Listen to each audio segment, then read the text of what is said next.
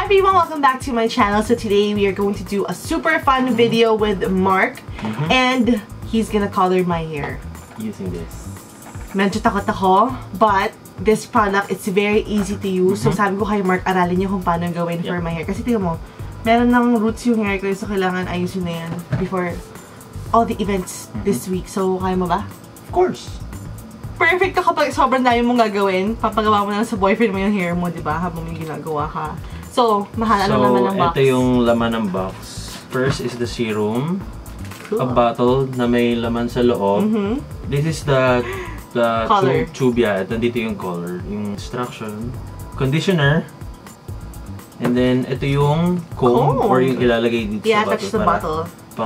I think I need towel sa dito ko mahal. Kailangan ba? Siguro para I'll just get one. So Mark is relying sa instruction manual. So apply protective serum. So ito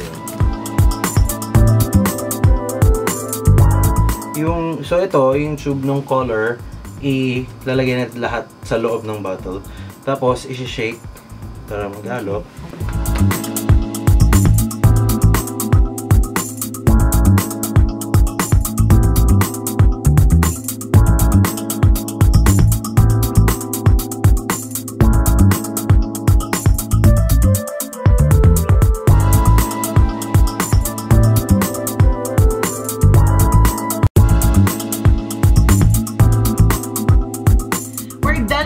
Coloring, guys. So this is the final output of my hair. Sobrang ganda ng color na yan sa akin. I love it.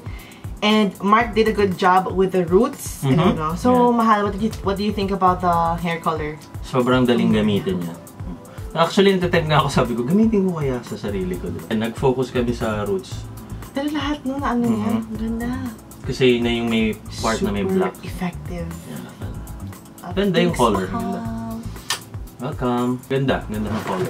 Don't forget to use pala yung conditioning balm. So, that comes after rinsing. Pag natanggal nyo na yung color sa hair, mag-conditioning balm kayo. Sobrang lambot ng hair ko after that. So, thank you so much to L'Oreal for sending over the hair coloring kit. They sent it over para ma-review ko. So, so far, I love it so much. This is actually not the first time na nag-try ko yon. And how much is it, baby? It's $3.99. $3.99. So, affordable. This is the after. So you can buy this hair color at Lazada. I'll have the link in the information box. So that's it for today's video.